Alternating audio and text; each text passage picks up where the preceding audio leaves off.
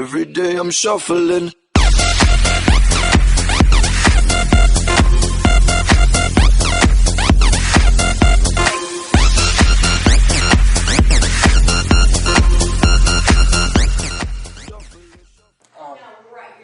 Hi, this is Jay Crutchfield, the administrator for the Poplar Bluff Managed Community page. We're here today with Aaron Winberry. Hi, Aaron. How are you doing tonight? How you doing? Aaron is currently Poplar Bluff's EDH champion. We've been doing the league for, how long was it, 10 weeks now? Mm-hmm. Maybe a little more, I'm not sure. 10 weeks. 10 weeks? Aaron here has been running rampant throughout the community with slivers. Tell us a little about your deck, Aaron. Well, as soon as I heard about EDH, I had bought the Sliver Precon, and I got told that you're going to get hated out. And I was hated out many, many times. But fortunately, there were enough players that who were concentrated on their decks and whatnot that I wasn't immediately hated out as much. Which is good. Slivers is a combo deck. It started out as a beatdown, and I noticed some inner workings between different slivers and different combos with a enchantment or two. And pretty well, when it would pop, or combo out as they say, it would take everybody out of the table. So, who's your general? I know a lot of people would think they would run Sliver Queen as their general, but you decided to go with Sliver Overlord?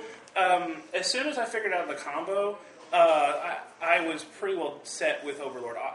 To start with, I didn't have a queen. I had to actually find somebody with a queen and buy it. It was I usually like trading for cards, but sometimes, queen, she was just too good to pass up. And the single card that was the hardest to find was what's called a Basil Sliver. And basically turns every sliver into an Ashnod's Altar for 2 black. Nice. Mana. So what is the winning combo for your deck? The main combo, it's a sliver-only combo, is you get out several slivers. Mainly, the main one is Gemhide. Gemhide allows you to tap a sliver for any color. Basically turns any sliver into a bird. And then you have Heart Sliver, gives them all haste. Basil Sliver allows you to sacrifice the sliver for 2 black, like I said. And you would take Sliver Queen and throw 2 into it, make a Sliver token, tap it for whatever color mana you needed or wanted, and sack it for the 2 blues, or 2 black. So you have the 2 black, you make another token with Sliver Queen, because it takes 2 to make a token, and you just do that over and over and over again until you have endless amounts of mana, and then you have there's Acidic Sliver, which you can sack for 2 damage to anybody. That's the main kill. You have Harmonic, that'll blow all the enchantments up.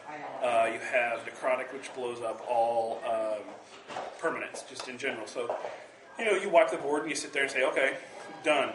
And then you just, you kill them with Acidic or what have you.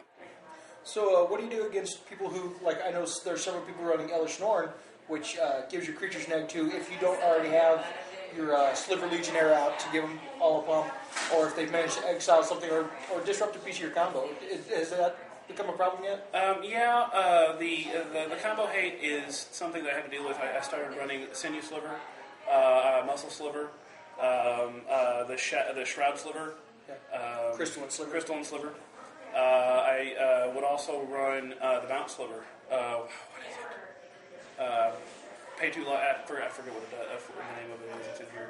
All slivers gain pay 2 life. Return to your hand. We'll look it up. We'll look it up. It's in here. I don't know off the top of my head. There's a lot of slivers in here, like I said. And I survived 2 damnations that way. Nice. In a row. By basically tapping them all and putting them all, bouncing them onto my hand, and then with the mana floating, replaying them all at instant speed thanks to a Quicksliver.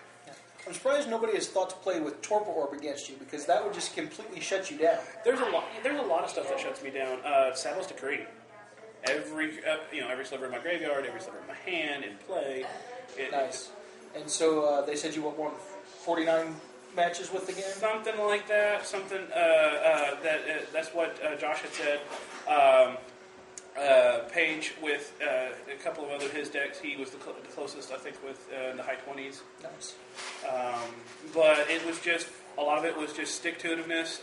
This wasn't the only deck I played in the league, but it was by far the most successful that I played. And I noticed you've become very popular because of it. Not necessarily in a good way either. Not in a good way, no. Like I said, I renamed the deck Pink and Purple Passion because everybody hates the deck with Pink and Purple Passion. And the beautiful pink sleeves. Yeah, the beautiful pink sleeves and the purple sleeves for the general. And I make sure everybody knows what I'm playing with these nice, clear cases that you can get up at the shop. And so basically I sit on the table and you hear tiny slivers in the background or what have you. Focus on one deck.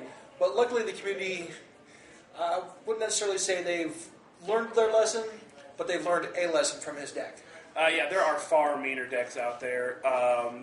Josh Bishop had his ad nauseum deck. Oh, Lord. Turn 3, turn 4, cleared the entire board with ad nauseum and tendrils, or ad nauseum and exsanguinate. Yeah, I think we've dubbed it Gentlemen for Blondes because it has Maryland as his general.